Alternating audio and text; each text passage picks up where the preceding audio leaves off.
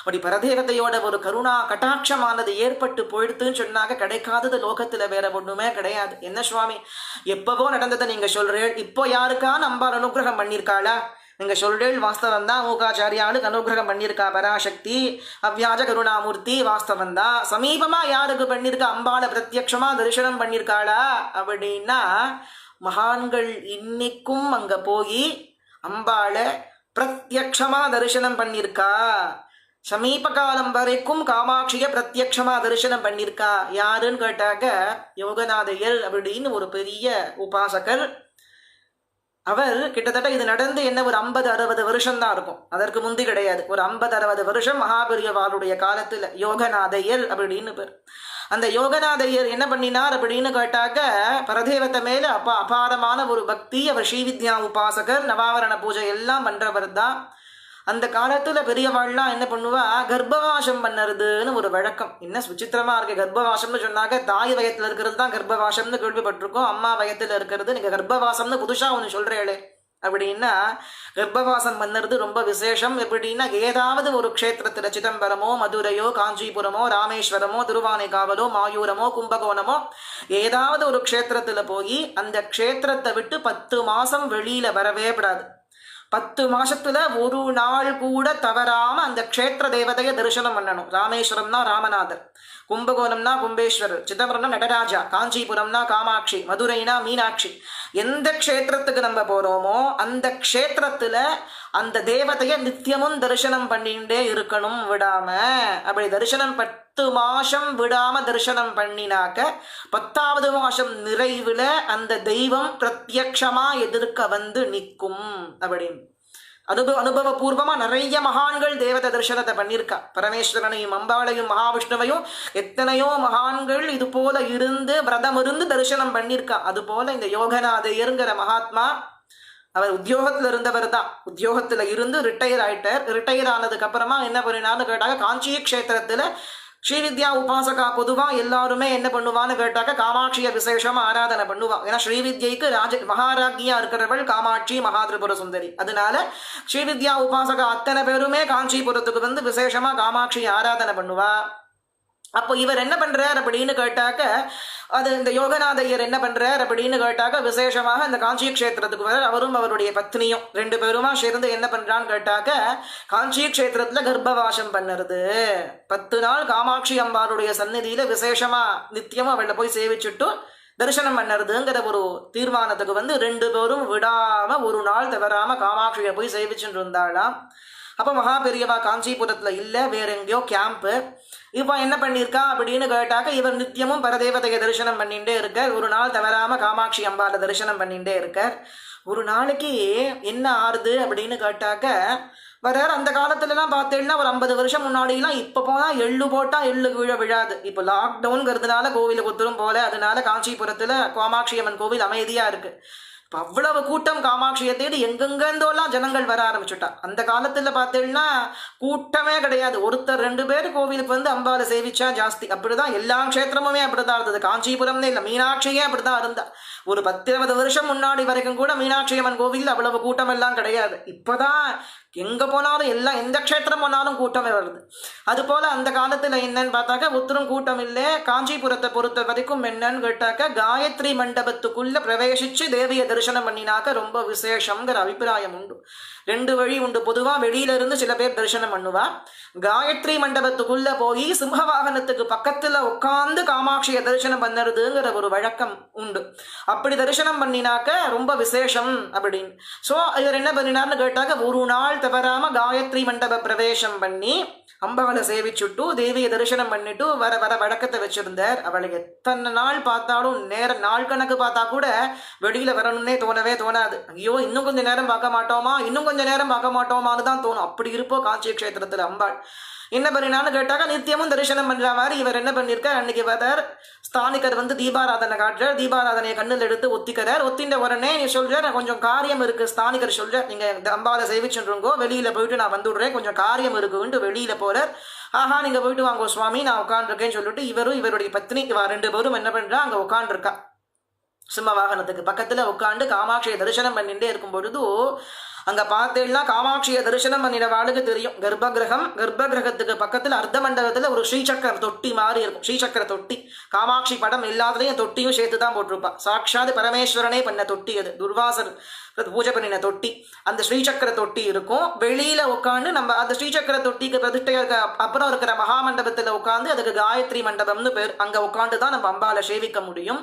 இவரை சேவிச்சுட்டே இருக்கும் பொழுது ஒரு க்ஷணம் என்ன ஆகுதுன்னு கேட்டாக்க, அந்த ஸ்ரீசக்கர தொட்டிக்கும் மூலஸ்தானத்துல இருக்கிற விக்கிரகத்துக்கும் மத்தியத்துல चतुर्भुजे चंद्रकलावतंसे कुचोन्नते कुंकुमरागशोणे पुण्ट्रेक्षु चापपाशांगुश पुष्पबाण हस्ते नमस्ते जगतेकमातहान कालिदासन சொன்னா போல சாட்சாத் மகாத்ரிபுர சுந்தரி ராஜராஜேஸ்வரி லலிதா பரமேஸ்வரி சச்சாமர ரமா வாணி சௌக்கிய தட்சிண சேவிதா சொல்றாவர். லக்ஷ்மியும் சரஸ்வதியும் சாமரம் வீச பஞ்சபிரம்மாசனத்துல பிரத்யக்ஷமா தரிசனம் கொடுத்தாளாம் இந்த யோகநாதையருக்கு.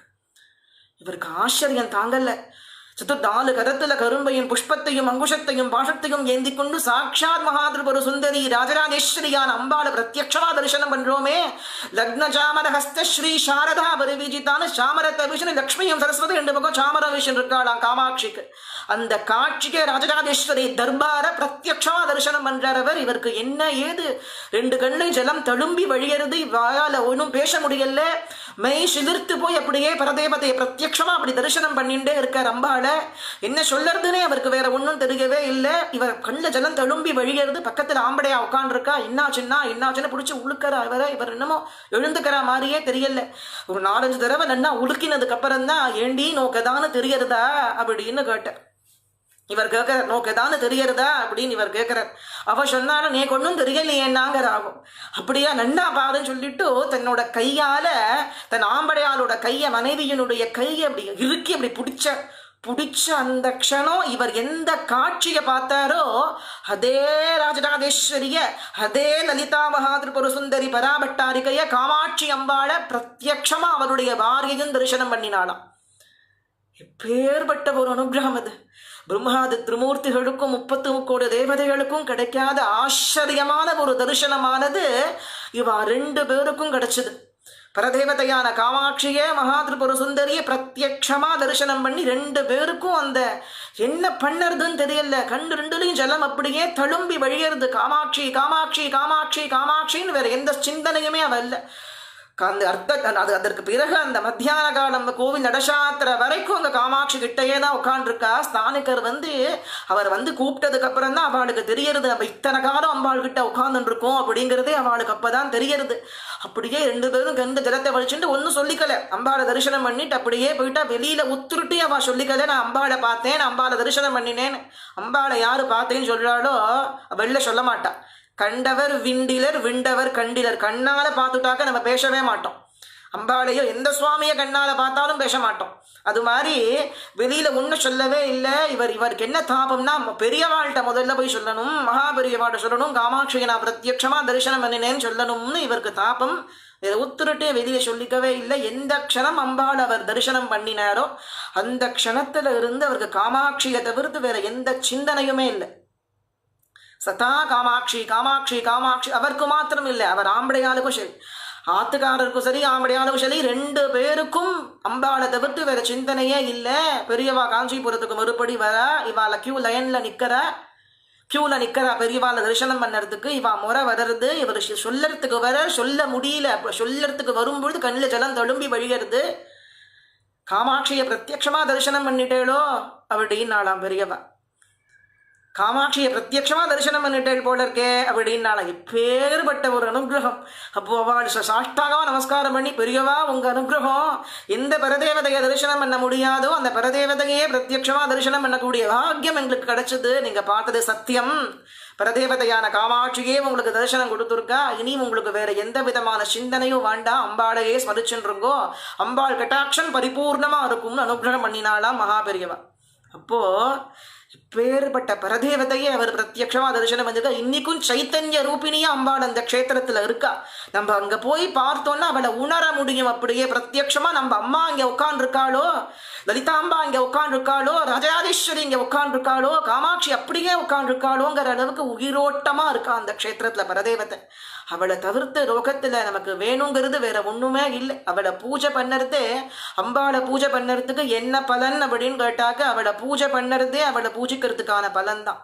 அவளை பூஜை பண்ணறதுக்கு எத்தனையோ ஜென்மாந்திரங்கள்ல புண்ணியம் பண்ணிருக்கணும். அப்பேற்பட்ட அபார கருணாமூர்த்தி லோகமாதாவான பராசக்தி. அதுல இருந்து அவர் கடைசி வரைக்கும் சௌந்தர்ய லகரி, மூக்கபங்க சக்தி, இதை ரெண்டுத்தையும் விடாம சிரவணம் பண்ணிட்டே இருந்தார், விடாம சொல்லிண்டே இருந்தார்.